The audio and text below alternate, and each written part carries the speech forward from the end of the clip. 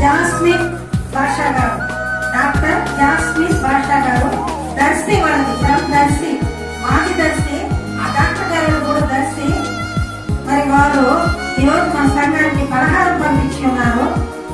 మరి ఆ జాస్మిన్ గారి తమ్ముడికి ఉద్యోగం వచ్చిన వల్ల కృతజ్ఞతగా వారు పలహారం పంపించి